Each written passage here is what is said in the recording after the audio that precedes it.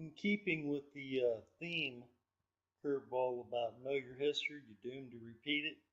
I mentioned the Kennedy assassination and Kennedy's wife. The reason she went up on the trunk was for part of his skull. It was part of his brain. That is, of course, if you believe this footage I'm about to show you. It's only about 6 minutes, but it's a good history lesson for you before we start into the rest of this film, which will go into the numerology surrounding all the numbers with the historical figures they attribute to the so-called shooting out there in Las Vegas. I say so-called because it doesn't really add up. A lot of questions there. I mean, I thought maybe the light on the fourth floor was the gunfire, but now I'm starting to think it was a strobe light after seeing other footage of that going off before any guns were ever fired. So that could be just a ruse to draw everyone's attention to the Mandalay Bay instead of those two spires they're building right behind the stage there of that new construction. Perhaps that's where it was orientated, the gunfire. Anyhow, take a look at this montage I put together, just in case you missed it.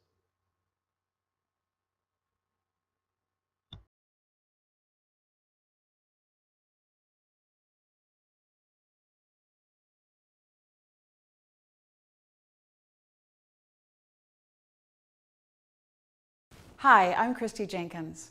My father, Dr. M.T. Jenkins, known to all as Pepper, led the resuscitation efforts as the chief of anesthesiology at Parkland and Southwestern Medical School.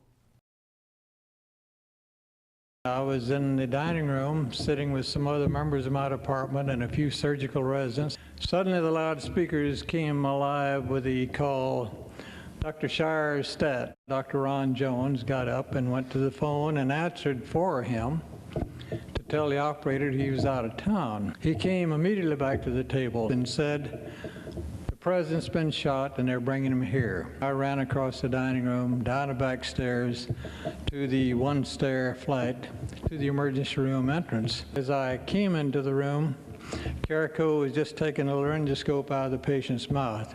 That's the lighted instrument used to put a tube through the mouth into the trachea so it can be connected up to a ventilator or to a breathing bag so you can respire for the patient. He was cyanotic, that is, his face was blue, suffused. His pupils were widely dilated, his conjunctiva were bloodshot.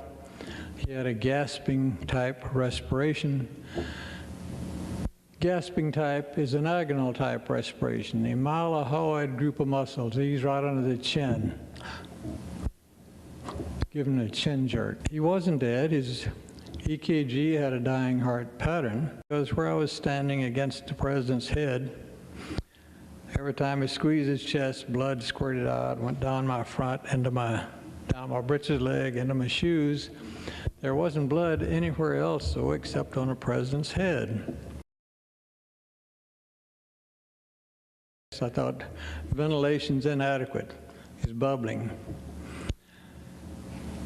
EKG is looking a little better with the oxygen. He's a bigger man than I thought he was. He's sticking off of both ends of the table. How in the world could he function in that brace that he has on?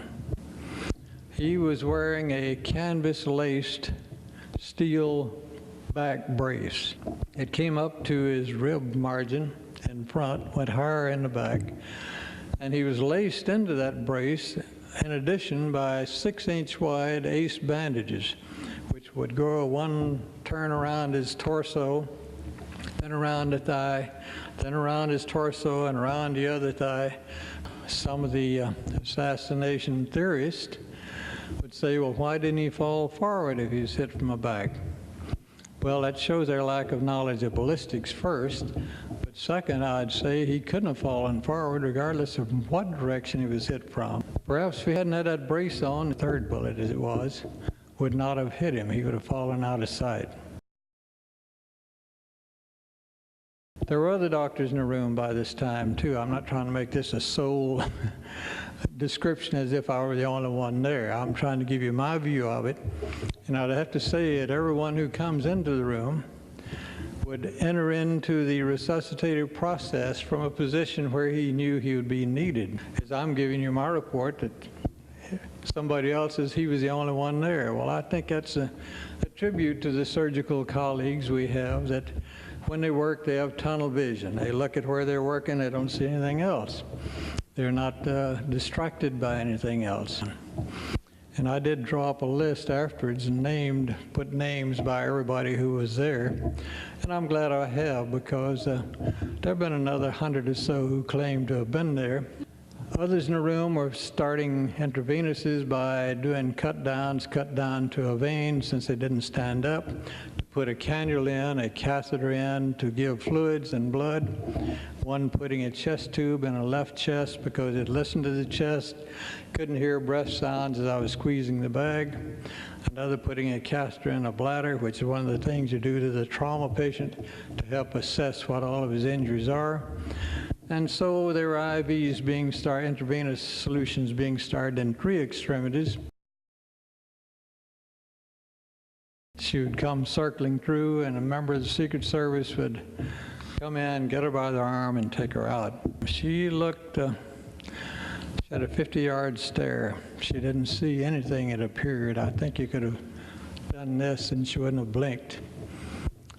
White, drawn in the face, looking very remote, shocked, I would say. And she was carrying her hands like this for the first 2 or 3 times she came through the room. Her left hand over her right hand, and at one time she came and nudged me with her elbow, and as I looked around, handed me what was in her right hand, which was a big chunk of the president's brain.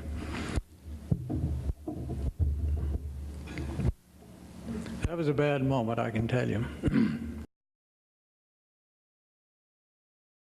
Now, I believe people coming into the room were not really aware at first of a head injury. He had a bloody, matted hair, and he had a big shock of hair, and it covered the wound in the side of his head. They were contemplating what to do next. I said, Mike, we don't have a chance here. Look at this head injury. We cannot resuscitate him. And then for the first time, we slowed up and people took a look at this head injury. But you pull the hair up a little, and then you can see that there's a piece of bone the size of your palm of your hand that was gone, and some brain tissue hanging from the wound. Oh, Dr. Kemp Clark, the neurosurgeon, did a better study of it, very short study, and said there's no possible way. And went over and asked the priest, when is the proper time to declare one dead that you can give the last rites? Father Huber said, we would like to give the last rites as soon as we can after one is declared dead. With that, having declared him dead, the room really cleared out. I was amazed how soon people got out of the room. I think they didn't want to stay. Now, as you hear accounts that how many people did a thorough examination of the wound, that's not true. They left the room as soon as they could. I think everybody took a look, but not a thorough examination by any means. And I didn't leave the room. I was trying to take out, as I needed to do, take out the EKG leads. There were 4 leads plugged in. Take out the IV leads. Take out the chest tube. Remove the tracheostomy tube. And while I was doing this, Ms. Kennedy came back in the room, and the priest for the last rites. And she approached him from the foot and kissed him on the toe, on the foot, leg, thigh, abdomen, chest, and lips, and then stood at the side. The priest was certainly aware of the solemnity of the occasion, the gravity of the circumstances, and with slow, resonant tones, he had a very appropriate service, last rites, and a prayer.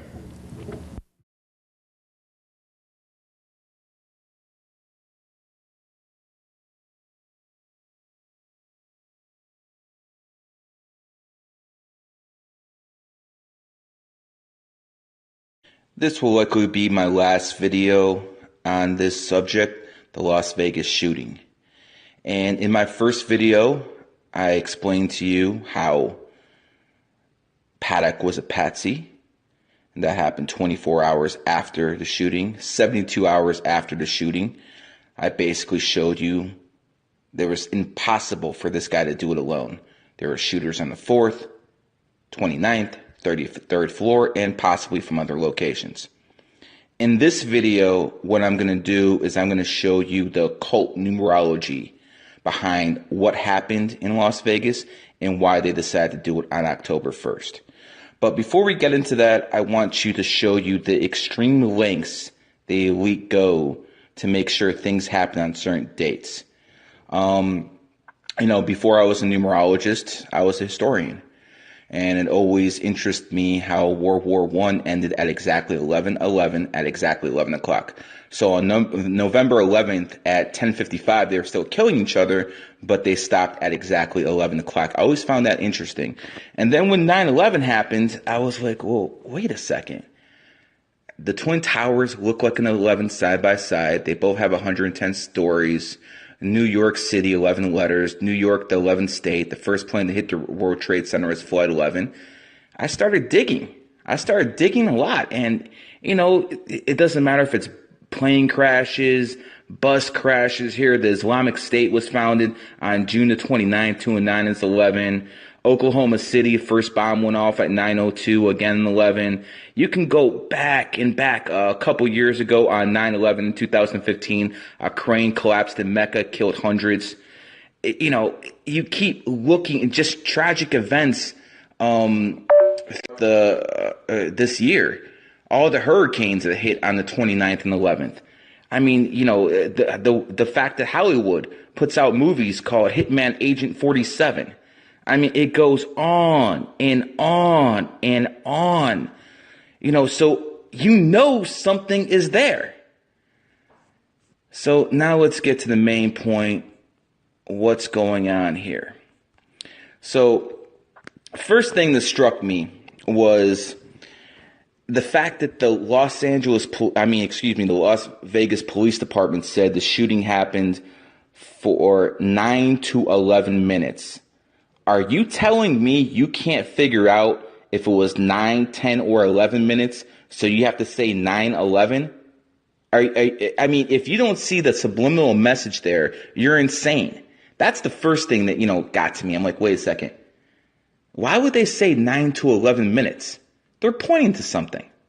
Secondly, it happened in Las Vegas between 9 and 11 o'clock. Again, another 9/11. So you see the connection, it's going further and further and further. This is not stuff I'm making up, folks. This is all over Twitter. This is what the police department reported. I'm not putting words in their mouth. This is what they reported. And you start digging and you start digging and you start digging. And then you start coming across this. This is the famous Illuminati card game. Las Vegas. And, it looks innocent enough, a showgirl, but you have to understand, everything is hidden in plain sight. So what I want to focus on is this right here. Look at that. A blackjack. Now, most people will be like, well, what's the big deal? Vegas blackjack. Well, you're right. The exception is, you can do this two ways. You can look at the blackjack where it has a jack has a value of 10, and the ace has a value of 1 or 11. So if you look at it that way, you can see the jack being a 10 and the ace being a 1. You see clearly it says October 1st. You have to know what to look for, even if you do it from a numerology basis. J is the 10th letter. A is the 1st. Again, you have October 1st. Honestly, if you can't see this, you're blind. They always leave clues, just like in Terminator 2. They had right when the Terminator was chasing the kid under the bridge. It said, "Beware 9/11." In the movie The Patriot, And right in the very beginning, the movie came out in 2000. Mel Gibson was was in a rocking chair, and he said 9 pounds 11 ounces, perfect, just perfect. They always leave clues, and this was one of them. And if you go into detail, the shooting happened to stop at 10:19. 10:19. Again, you have an 11. 1, 9, 1, 11. And let's look a little bit more down, because this is one of the main things I want to point out. Mandalay Bay. You have to understand that everything that is done on purpose. It's up to us to figure out what exactly is going on.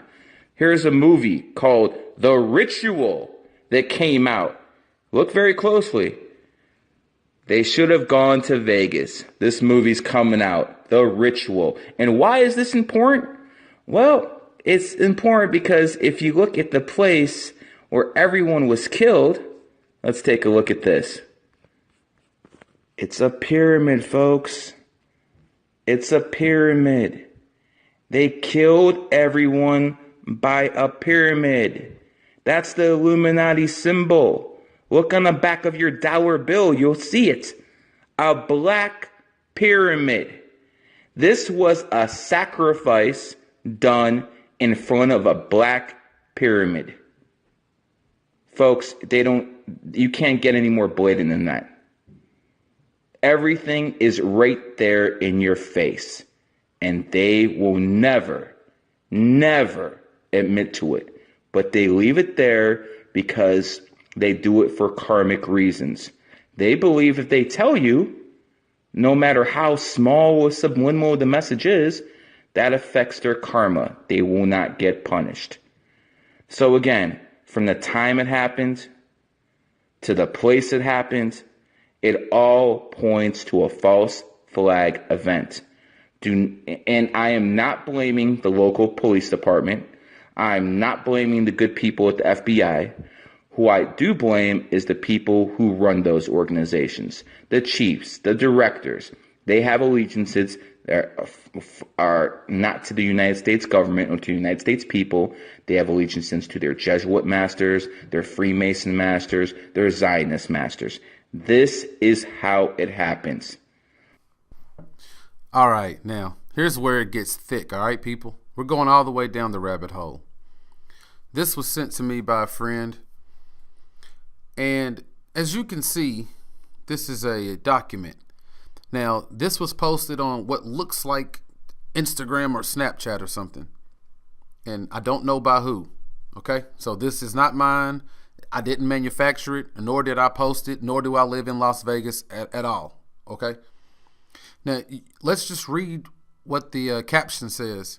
So this mandatory active shooter training course had to be completed by everyone at my job. When you work for the union, you know how it goes. How does the strip get hit up a day later? Shaking my head. Now, let's look at the top of this. You see the title of this document. Mandatory active shooter training. Look at the due date on this. September 30th, 2017. The shooting happened October 1st on the West Coast. October 2nd on the East Coast. And as you can see, this was mandatory. Active shooter training. Now, maybe it was just that time of year. Maybe. But I'm going to put on my tinfoil hat. And I'm going to go out on a limb and say, somebody knew something was about to happen. Okay? Now, you can pause this if you need to, zoom in or whatever. You can see that this isn't just some factory or, this isn't like at McDonald's. You can see underneath where it's circled, that first little, miniature paragraph says individual training in casino essentials. And a little bit of it's kind of blurry, but you can clearly see that this was a person that worked at a fucking casino. What's the Mandalay Bay? A casino and resort. How did they know that this should be mandatory due date by the 30th? How did they know? Once again, maybe you can convince me that it's just something that they do on the 30th every year. Maybe. But even the person who fucking works there is baffled. Even the person who works there is like, what the fuck? I thought this was just something that we had to do, just to be safe. But nah, you might need to be able to handle yourself, because on the 1st, some shit's gonna go down. Right there on the strip, at the Mandalay Bay, a concert, 22,000 people. A country music concert at that. How often do we see this? So this is smoking gun number 1.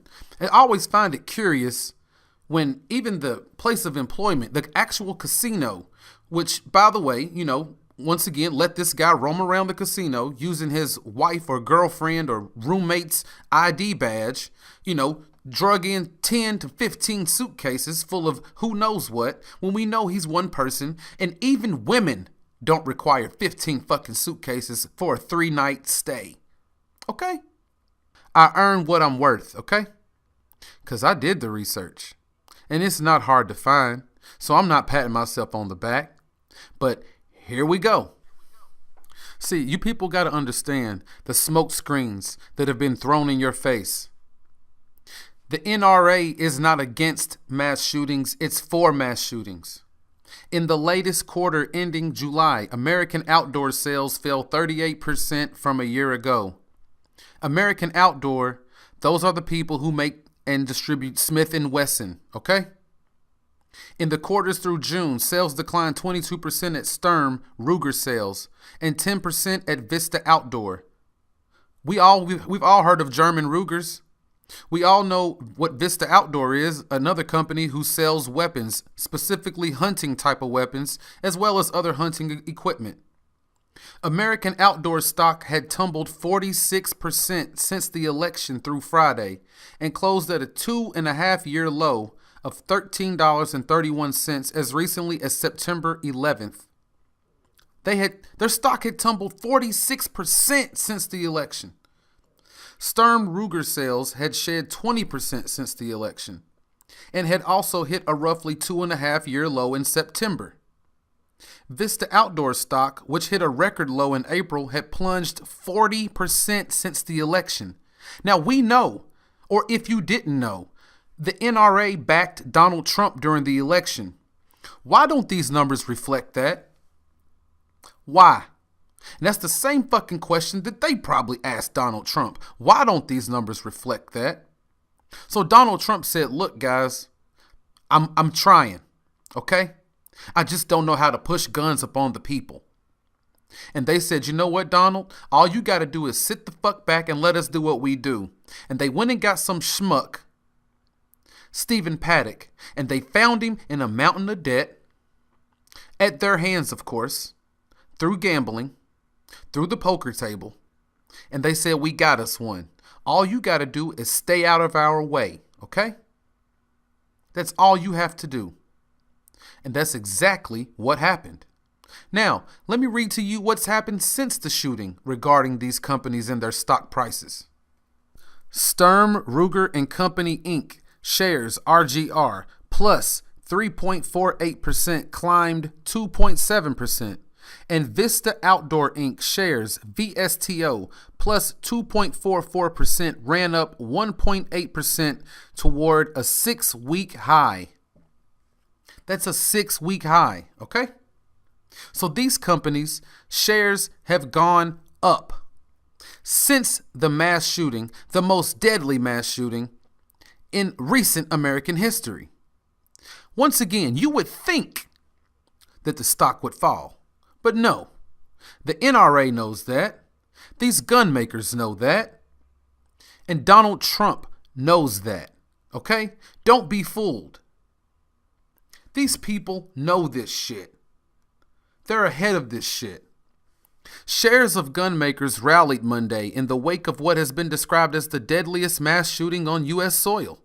Smith & Wesson, parent, American Outdoor Brands Corp's stock AOBC plus 3.21% jumped 3.0% in afternoon trade.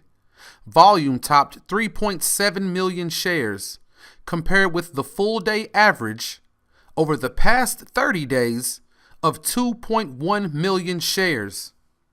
That means people are buying more guns. The stock's not falling. And the reason why people are buying more guns is because of this bullshit rhetoric that after every mass shooting, there's going to be some new legislation, some bipartisan legislation to stop people from owning guns. So everybody panics and goes and buys as many fucking guns as they can before the sky falls, before the government decides to make it illegal. And this shit never happens. And in my opinion, it never will. It's a false flag every single time. And it's the fucking gun makers who cry wolf. Look at this mass shooting. They're going to take your guns away. You better hurry up and get them now. And then stocks fucking climb. Stocks fucking soar. Every single time.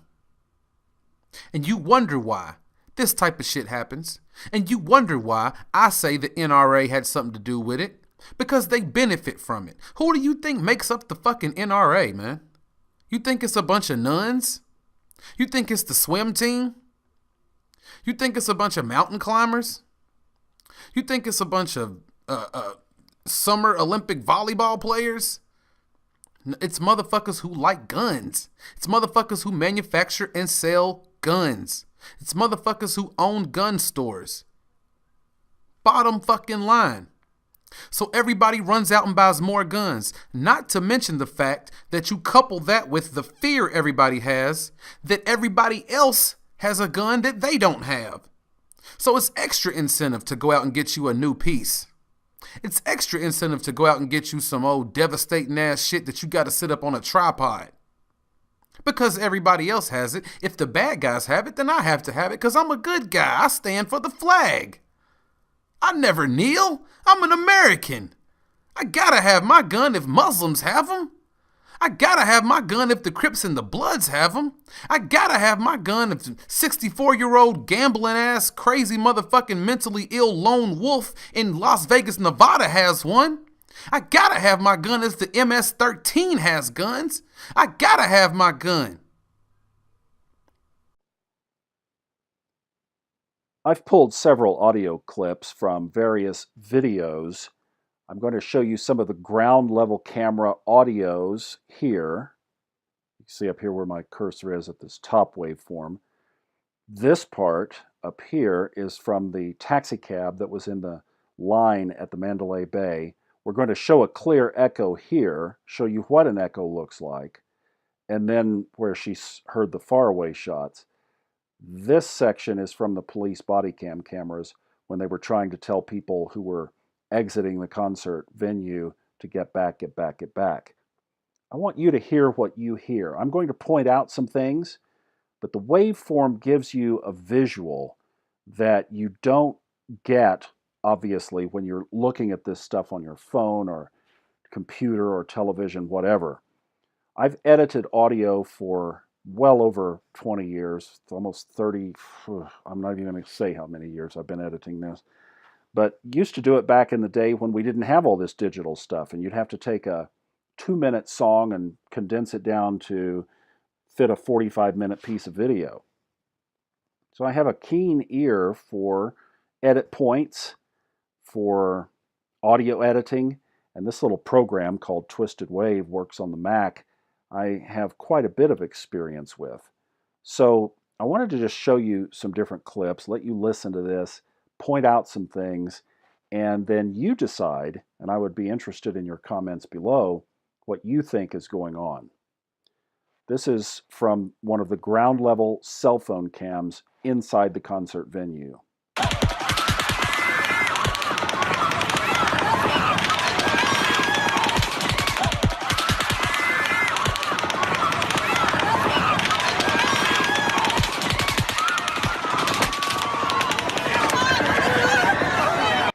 All right, now let's go back and listen to this again. Several things that I would point out here. First of all, you can see all of these spikes are rifle shots. But then you start to hear these deeper sounds. You see this?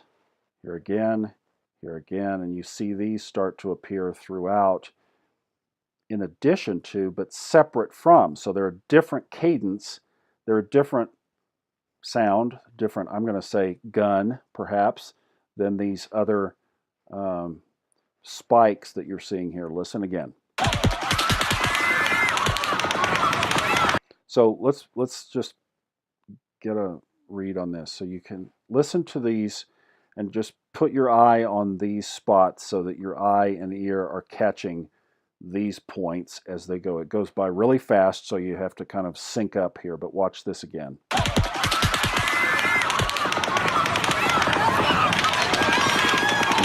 So you get the idea there. Now, listen just for these points here. And let's even mark them. Let's mark one there, one there.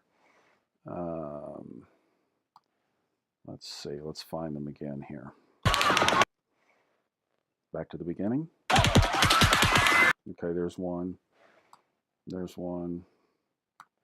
There's one. See how they are so different than these high ones that you're hearing. Listen again. Listen back through.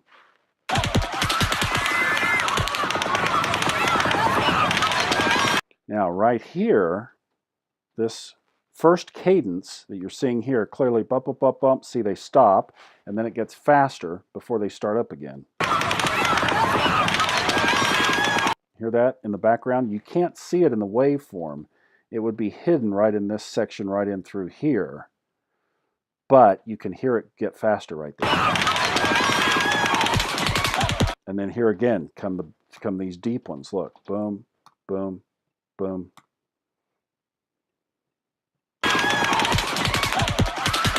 While this other is going on. Clearly different sounds. I mean, you can see it. You can see it with your eyes. There again, it speeds up right in through here. Did you hear that? Fades off here, speeds up here. Then here's the deep ones again.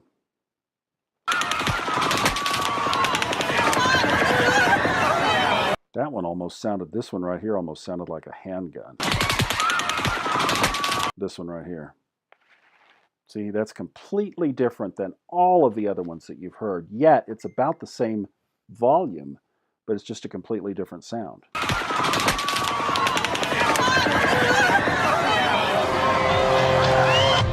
All right, this is a different section. These are the shots that you've seen and heard when Jason Aldean was playing and the shot started and he stopped. Now I just want to show you right through here. Look at the difference here versus what we just looked at. You can see it already. This is symmetric, one gun.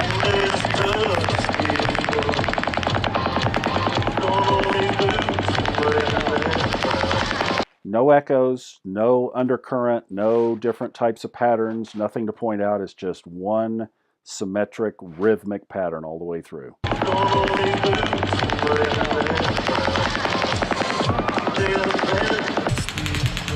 Now right here, that little change is a change of camera angle. This was edited video. And now we've gone up to where the person panned up to the monitor. And so this is a completely different angle right here.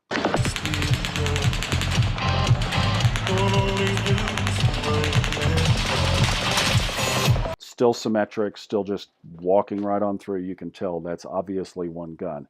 Big contrast to what we saw at the beginning. Now this was the end, and this is interesting. This is right when he stops singing. And again, this could be a tail out or something. The camera pans back to the stage, but listen to the difference in sound here.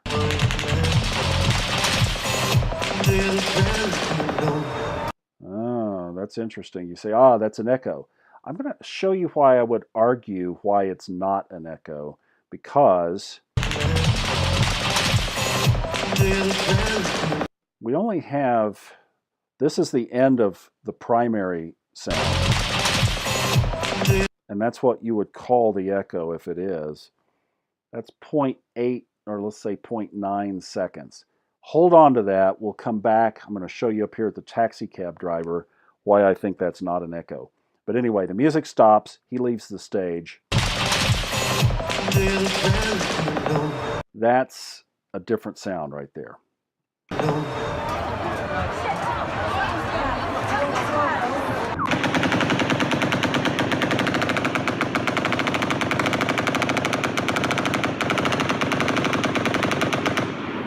All right, that was in there just to show what a good, clean, non-obstructed, no echo. That's obviously one gun, one sequence.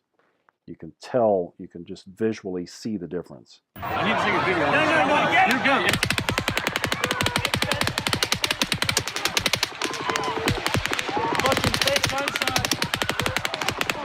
Now this we have obviously one gun through here, and then it changes. There's a little bit of pause, and then we have some different sounds. Let's blow it up here so you can see some of these. There's our little bass sound again. And you know, like I said, I'm an editor. I've done this as part of what I do for a living. I'm not a weapons expert. I can't tell you what caliber that was, what gun it came from, what angle. I can't tell you any of that. I'm just telling you, I'm seeing different stuff on this waveform. Let me play that again without the jump in it. There's the little gap.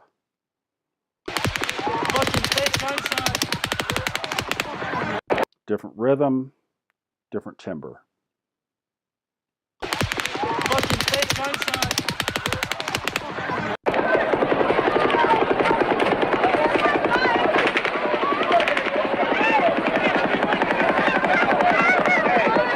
Now this was interesting because again, you're kind of getting the rhythm now and you're seeing, I mean, you could look at that waveform right there and pretty much tell that that was one gun, right? And it was.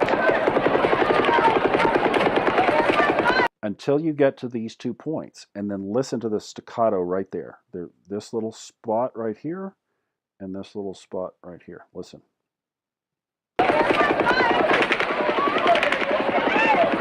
And what's interesting is the rhythm of the background, this rhythm that was going on here continues. It doesn't stop. It gets a little faint. And you know, these phones, these cell phones process it that way.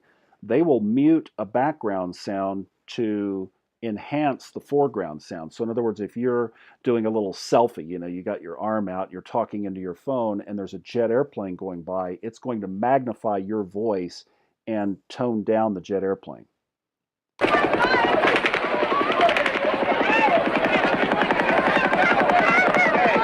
And that's kind of what happened there. It toned the background down as these sounds came in, and then it elevated the background again, and it tailed out with obviously one gun.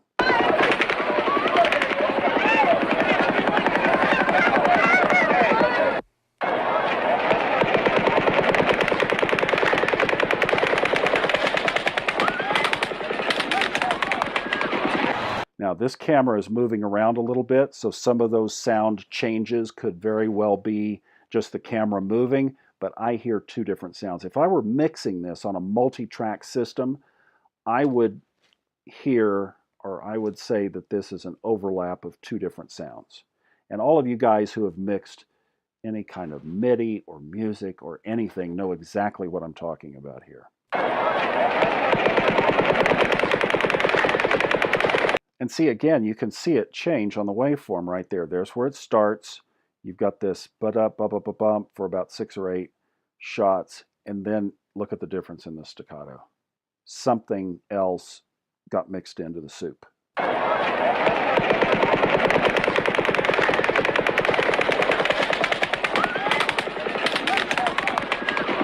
And then the camera, I think, pans around. Something changes on the angle there. And we kind of lose that of what we had there for that duplicated sound.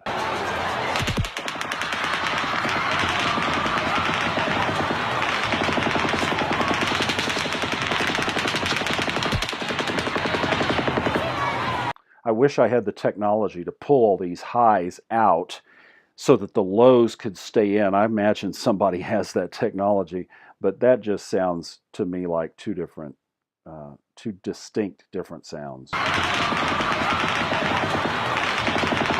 You can hear the rhythm change right there. Brrrr.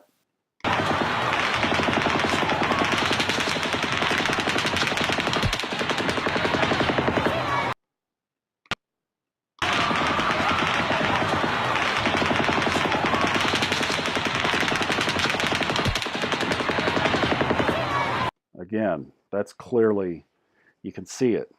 Now, let me show you this. This is the taxi driver lady that they've labeled as the Zapruder film of Las Vegas. And here's why they're saying that. She's sitting at the Mandalay Bay in the cab line with her window down on a typical, otherwise Sunday night, and she hears this. Okay? Now, I've already marked this. We have 8 shots here. Let's count them. 1, 2, 3, 4, 5, 6, 7, 8. Then there's a gap of, look up here in the upper right, 1.4 seconds of gap. And then we have the echo. The echo is 1, 2, 3, 4, 5, 6, 7, 8. Perfectly. Here's what's interesting. This series of shots was 0.714 of a second. 0.7, almost 3/4 of a second. Look at this. From the start to the finish, I marked right here where this shot began, where this ended, where the echo began, where the echo ended. They are exactly the same. The echo did not change in length. That is clearly an echo. She was in those porticos. You know, there are 2 canopies that she has to go over. There's obviously a cavernous effect from the buildings there. And that's just clearly, da-da-da-da-da, and then 1.4 seconds later, an echo. And she says... Yeah, it does. It sounds like automatic gunfire. Yeah, it was. We know that now, don't we? And then, now there's an edit point right there. You can just see it right there. I clipped out a lot of the, in fact, I did it here as well, where she was just sitting there with her window down. There was a long gap there. You've seen this footage. If not, go look on YouTube. It's there. Just look up Los Angeles taxi cab driver.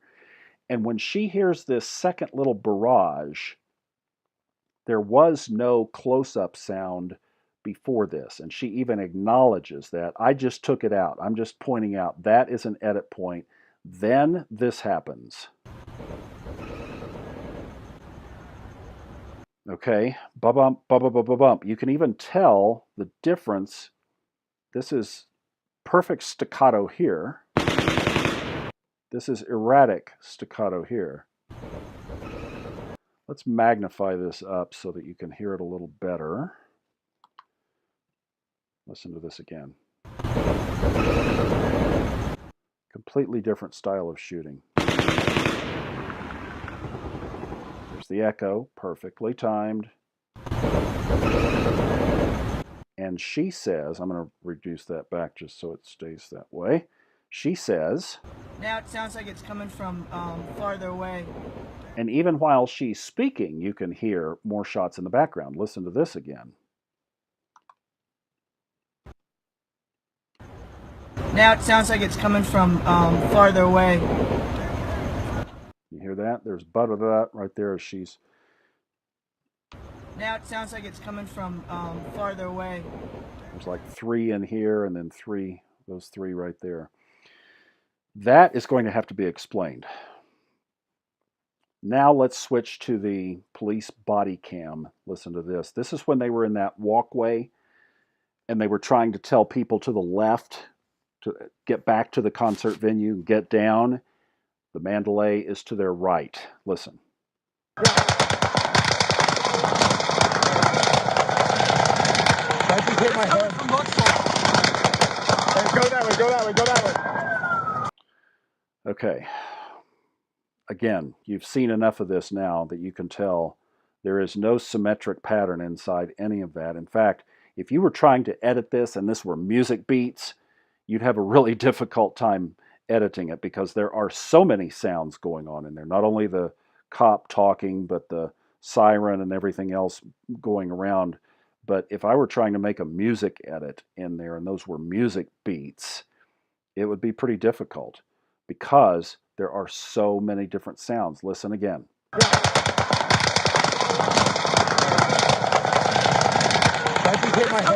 Now again, you've seen the footage. This is the cop standing there. The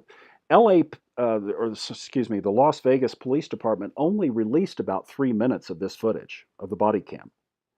And this is the very first part of it. So if you want to go back and check this, you'll hear the same sounds. The cop is hunched down. This is before he goes up and tells the people to get back, get back, get back. I'm going to play you that next. Listen again. How many different gunfire sounds you hear as this guy is crouched down in that walkway. Go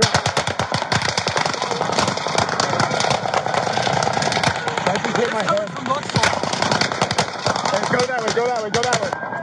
All right, now you say, well, that's just echoes and ricochets and everything from, okay, well, all right, fair enough. They move about 15 feet up, and then another series of shots happens.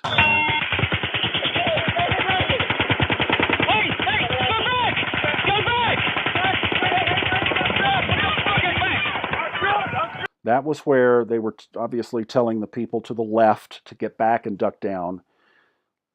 Look at the symmetry. Look at that symmetry. They're in the same place. They just moved up a few feet. Shots coming from the same point. One gun here. Here, they're back, maybe 15 feet.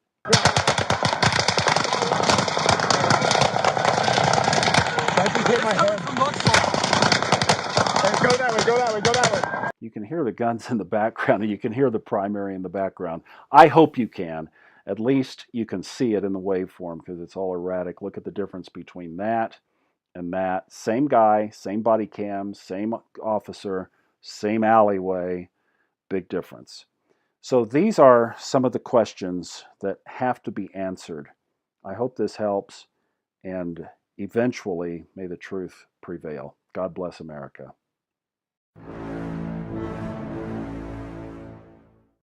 I've received a handful of tips that the gun that was used in the shooting event in Las Vegas was an M240B, an M240 Bravo. Now, I'm not familiar with military guns. I don't know if that's the case. What I am going to do is play the audio of the actual shooting incident, and then I'm going to play some footage for you of an M240B and let you compare for yourselves. If any of you out there are experts on this, I would love your feedback. Tell us what you think. For the rest of you, whether or not this was an M240B or not, this was clearly a military-grade weapon that was used. How did this guy get it? It strongly suggests, to me at least, that there were some other elements involved in this attack.